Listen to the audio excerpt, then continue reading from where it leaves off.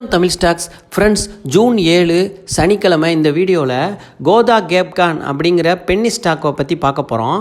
இது வந்து கோதா கேப்கான் அப்படின்னு கம்பெனி விவரத்தை பார்ப்போம். கோதா கேப்கான் அண்ட் இன்சுலேஷன் லிமிடெட் நிறுவனம் அலுமினிய கடத்தி மற்றும் அலுமினிய அலாய் கடத்தி, கேபிள்கள் மற்றும் கம்பிகளை உற்பத்தி செய்கிறதா இந்த நிறுவனம். இவங்க வந்து தயாரிப்புகளை இந்தியாவில் பல்வேறு மாநில மின்சார வாரியங்களுக்கு வழங்குறதுல பேர் பெற்று விளங்குறாங்க. இந்த பங்கு வந்து என்எஸ்சியில் ட்ரேட் ஆகுது. ஜிஓடி அப்படின்னு போட்டிங்கன்னா, கார்டுன்னு போட்டிங்கன்னா என்எஸ்சியில் இந்த பங்கு ட்ரேட் ஆகுது. பிஎஸ்சியிலையும் ட்ரேட் ஆகுது. அப்புறம் 2017 ஆண்டில் ஒரு பொது நிறுவனமாக மாற்றப்பட்டுச்சு. நிறுவனத்தோட முக்கிய உற்பத்தி வசதி மத்திய பிரதேசத்தில் உள்ள இந்தூரில் நடைபெற்றுக்கிட்டு இருக்கு. கம்பெனியோட நெகட்டிவிட்டி என்னான்னு பார்ப்போம். அதிக கடன், குறைந்த பங்கு வருமானம், வட்டி செலவுகள், பங்கு விலை குறைந்து கொண்டே போவது, சந்தையின் செயல்திறன் குறைவாக உள்ளதால் நிறுவனம் விற்பனை அழுத்தத்தை எதிர்கொள்கிறது. இதோட நெகட்டிவ் பார்த்தோம். இப்போ கம்பெனியோட பாசிட்டிவ் என்னென்னு பார்ப்போம். அதிக அளவிலான பங்குகள் பரிமாறிக்கொள்ளப்பட்டன. இது முதலீட்டாளர்களின் பங்கேற்பு அதிகரிப்பதை குறிக்கிறது. முதலீட்டாளர்களின் மனநிலையில் நேர்மறையான போக்கை குறிக்கிறது. இது வணிக மாதிரியான சாத்தியமான மாற்றத்தை கவனம் செலுத்துகிறது. குறிப்பாக நிகர விற்பனை மற்றும் நிகர லாபத்தில் வருமானம் வளர்ச்சி பாதையை காட்டுகிறது. சமீப காலங்களில் நிகர விற்பனை கணிசமாக அதிகரித்துள்ளது. அப்புறம் பார்த்தீங்கன்னா எபிட்டா நேர்மறையான போக்கை காட்டுது. EBITDA mean earning before interest, taxes, depreciation and amortization. அப்போ இது வந்து இந்த மாதிரி இது வந்து நேர்மறையான விஷயங்களும் நிறையா இருக்குதுல. பொதுவாக வந்து பங்கு வந்து வேல்யூம் அதிகமாக ட்ரேட் ஆகுறதுனால நம்ம ஈஸியாக இதை வந்து விற்கவோ வாங்கவோ முடியும். அதுதான் இதில் ஒரு சிறப்பு. அப்புறம் வந்து Q4 ரிசல்ட் வந்திருக்கு. 2025 Q4 ரிசல்ட் எப்படி இருக்குன்னு பார்க்கலாம். இது வந்து என்எஸ்சியில் ட்ரேட் ஆகிற இந்த பங்கு பிஎஸ்சிலையும் ட்ரேட் ஆகுது. இது கடந்த இதே காலாண்டில் ஒரு வருஷத்துக்கு முன்னாடி நிகர லாபம் 1.21 கோடியாக இருந்துச்சு. 1,21,00,000 இருந்துச்சு. இந்த காலாண்டில் 7,17,00,000 லாபத்தை பதிவு செஞ்சுருக்கு, நிகர லாபத்தை. இது மிகப்பெரிய ஒரு லாபம். அப்புறம் செயல்பாடுகளின் மூலம் கிடைத்த வருவாய் பார்த்திங்கன்னா 16 கோடியிலேருந்து 69 கோடி, கிட்டத்தட்ட 5 மடங்குக்கு மேலே 4 மடங்குக்கு மேலே ஏறி இருக்கு. அப்புறம் ஆண்டு மொத்த வருமானம் பார்த்திங்கன்னா 1,676,00,000 17,555,00,000 உயர்ந்திருக்கு. இந்த அதிவேக வளர்ச்சி நிறுவன சந்த வாய்ப்புகளை நமக்கு காட்டுது. ஸ்டாக்கோட இபிஎஸ் பார்த்தோம்னா குறிப்பிடத்தக்க மேம்பாடு அடைஞ்சிருக்கு.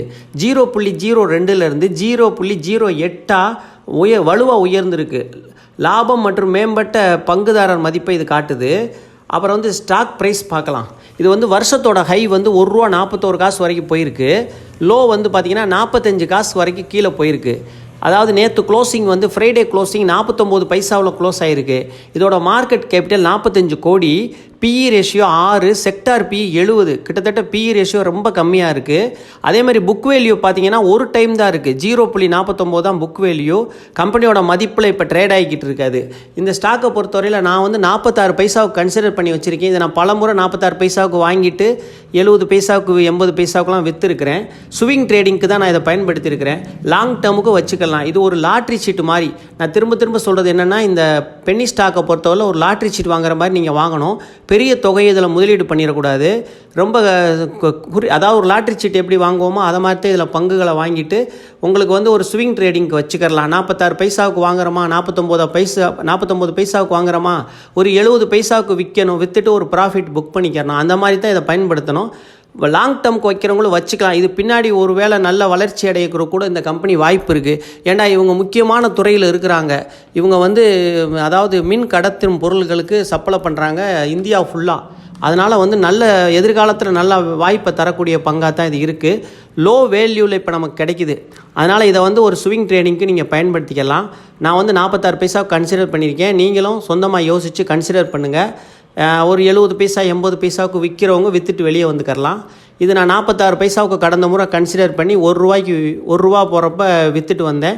எனக்கு வந்து டபுள் ஆச்சு. அப்படியே ஒரு டபுள் ஆச்சு அந்த பங்கு விலை. 46 பைசாலேருந்து கிட்டத்தட்ட 90 பைசா 95 பைசாங்கும் போது டபுள் ஆயிரும். அது மாதிரி இருக்குது. இதெல்லாம் நீங்கள் பரிசீலனை பண்ணிக்கங்க. இது வந்து ஒரு சின்ன ஐடியா. நம்ம வந்து பென்னி ஸ்டாக்கை பற்றி பெரும்பாலும் பேசுகிறது இல்லை. ஏன்னா நம்ம அந்த சூதாட்டம் அந்த இதெல்லாம் பற்றி பேசலை. இது வந்து ஒரு பென்னி ஸ்டாக் ஒரு வாய்ப்பு இருக்குது இந்த பங்கில். இதுக்கு கீழே போகாது. அதனால தான் இதை பற்றி நான் பேசுகிறேன். 45 பைசாவுக்கு போனால் அது கீழே போக வாய்ப்பு ரொம்ப கம்மி. அதனால் இதை பற்றி நான் பேசலான்னு பேசுகிறேன். மற்றபடி நீங்களும் சொந்தமாக யோசிச்சுக்கோங்க. நான் செபி ரிஜிஸ்டர் அட்வைசர் இல்லை. இவ்வளோ நேரம் இந்த வீடியோவை பொறுமையாக பார்த்த அனைத்து நல்ல உள்ளங்களுக்கும் மிக்க நன்றி. சப்ஸ்கிரைப் செய்த ஆதரவளித்த அனைவருக்கும் மிக்க மிக்க மிக்க நன்றி.